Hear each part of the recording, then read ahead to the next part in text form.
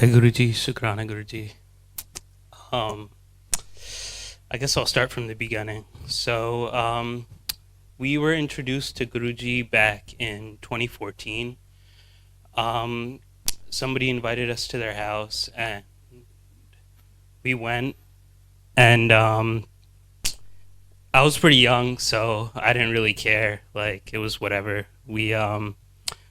We were always brought up around like religious stuff, so it didn't really matter to me. So we went there. I didn't really feel anything. I don't think Papa felt anything. I don't think Didi felt anything. I think Mummy felt some type of connection. So she wanted to have a satsang. And I guess like a year later, we ended up having a satsang at our house. And yeah, again, still didn't really feel anything, didn't really care. And I guess like a few months later, I ended up having a dream of Guruji. And in that dream, I was in some type of like office area. I don't know what it was. And I don't remember if I was walking or if I was just standing there. And out of nowhere, Guruji just appeared in front of me.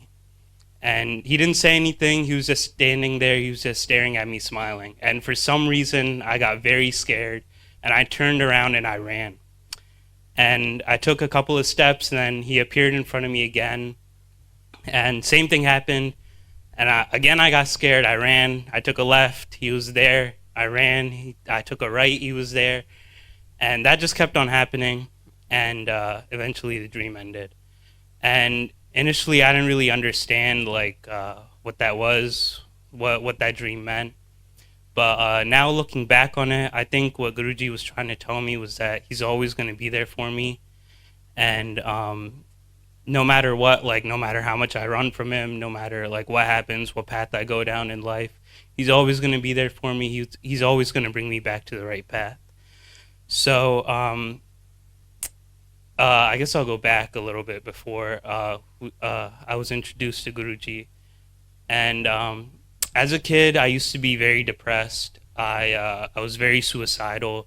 I was very numb. And there was this one day. I don't remember what happened. I got in an argument with Mommy and Papa, and I was very mad. And I was like, you know what? Forget it. I'm just gonna kill myself. It's over. Like, forget this life. So they left. I don't remember where they went. Everybody left. I was home alone, and I went to the medicine cabinet. I opened it up. I like poured out like 3/4 of a bottle of ibuprofen. I took it all, and I went upstairs and I just went to sleep. And I was like, finally, like I'm gonna be done with this life. And so I went to sleep. And next thing I remember was waking up to the door opening. It was the front door opening. I heard everybody coming inside, and I remember waking up, and I was so mad. I was like, "There's no way, like I'm alive right now. Like, how did this not kill me?" And I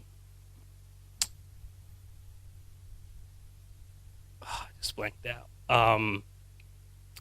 Yeah. So, oh, that's what it was. So, I was gonna say that I guess what Guruji, he does this for everybody, not just me. I'm not special or anything, but um, he protects us before we even like know of him. Before like like they say like he's always with us. Like we've been with him for however many lives, so he always protects us.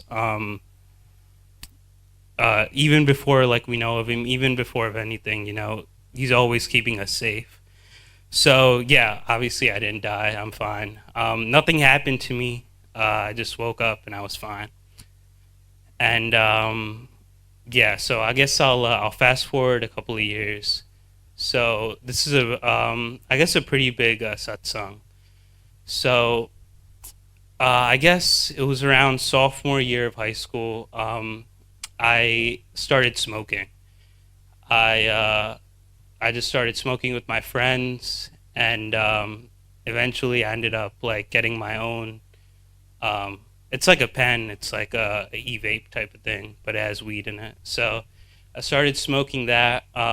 Eventually, it was first like just weekends. Then I went to like at night, and then eventually COVID hit. So like it was like all day.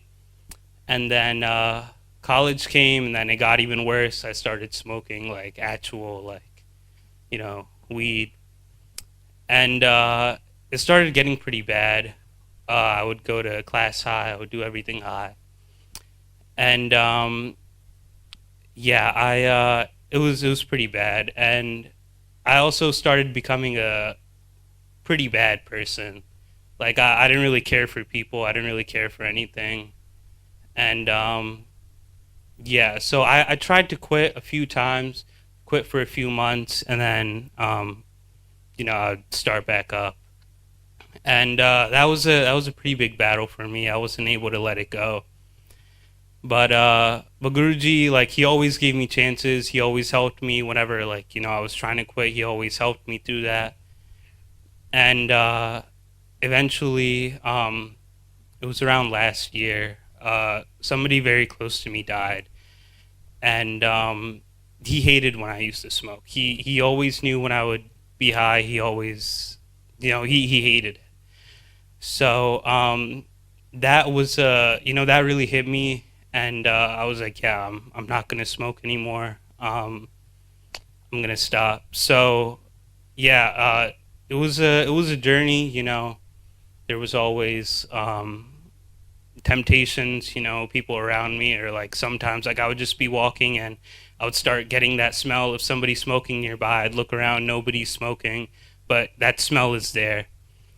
And it would start like tempting me, but I